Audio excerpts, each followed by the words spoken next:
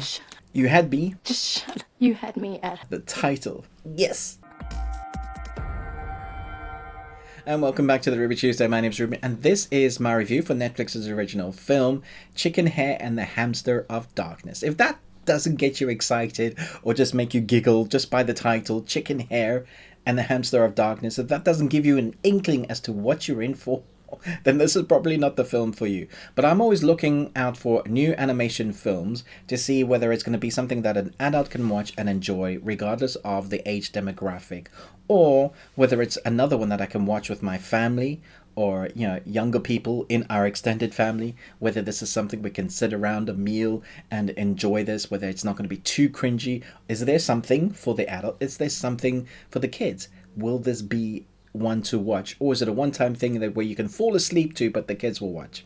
Let's dive in and find out. Chicken Hair and the Hamster of Darkness follows a young Kira born half chicken and half hare, eager to fit in and feel loved in spite of his differences. Like I say, Chicken Hair and the Hamster of Darkness. The first thing I noticed was I didn't mind the animation. Expected it to be on the cheaper side. I don't know. Just going by the title, I thought, oh, this is going to be one of those many throwaway animated films that we get individual watches perhaps, but not something you really ever talk about enjoying that much.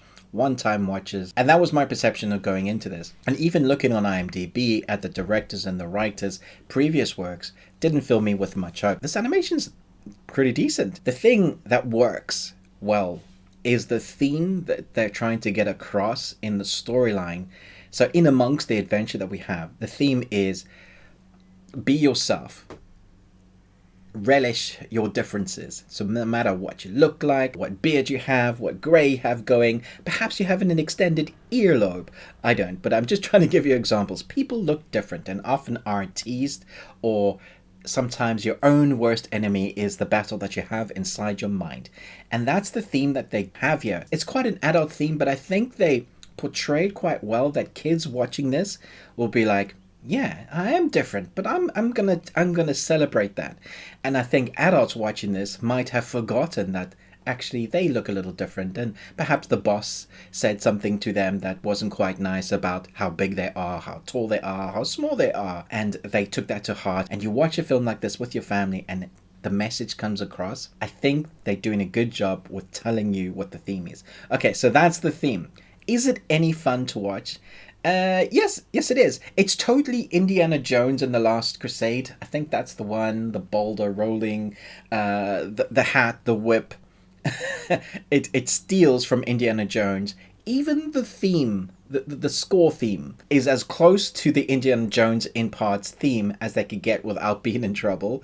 But I think it's more paying homage to the greats. So I think that's the adults that have seen the Indiana Jones films that haven't quite ventured into showing their kids yet what Indiana Jones is, the kind of new generation that's growing up. I think this is going to be one that they'll be like, the next step, perhaps they're old enough now to watch. Some of those Indiana Jones moments are pretty scary if you think about the Ark of the Covenant, that bit. Face melting PG. How do they got away with the PG? I'll never know. So there's this whole Indiana Jones vibe. But it kind of sheds that skin about halfway through the film as this main character, Chicken Hair, starts realizing that he is better as who he is. He shines brighter at who he is.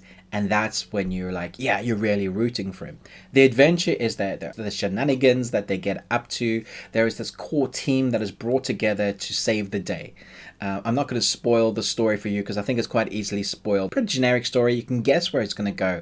But there are moments in it that really work. And that's when the team comes together. You have the best friend and person that's meant to look after Chicken Hair as he is like heir to the throne. And so he has to have someone that looks after him. And that is the tortoise. And the tortoise is the very careful guy. Doesn't really want to go on an adventure, but is tasked to go with Chicken Hair on his own as a friend, but also as a person that looks after him. So we have Tortoise, Chicken Hair, who himself is trying to come to terms with what he is, half chicken, half hare. Just thinking about how that came to be. Don't think about that too much. And then there is the skunk, who is shunned because of her stink, but is also a ridiculously great martial artist and is the person that you want to help you on this team. And you see them become friends and also work each other's issues out as they go on this adventure. And that for me was a lot of fun to watch. So you have the quirky lines, you have the silly lines that the kids are going to enjoy. You have some adult humor, not dirty, but just adult things that adults would get more, or references like the indie stuff that I think adults will enjoy.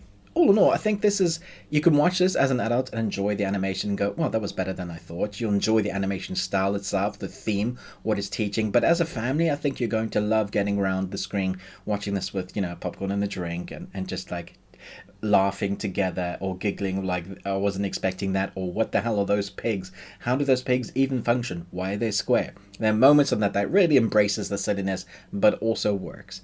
I'm going to give this 3.5 Nicolas Cages out of 5. Really enjoyed it. I was thinking, can I give it a 4? But I can't, because it's not quite up there with things like Into the Spider-Verse or Toy Story. It just doesn't quite have that budget, but it's really enjoyable and I will watch it again. So that's why it gets 3.5. Let me know, what are the kind of unknown animated films that people don't really talk about, that didn't have the budget or didn't get the cinema release, but actually you found to be quite good? Let us know in the comments below your top 3. Thanks so much for watching, but most of all, until next time, remember, live long Tuesday.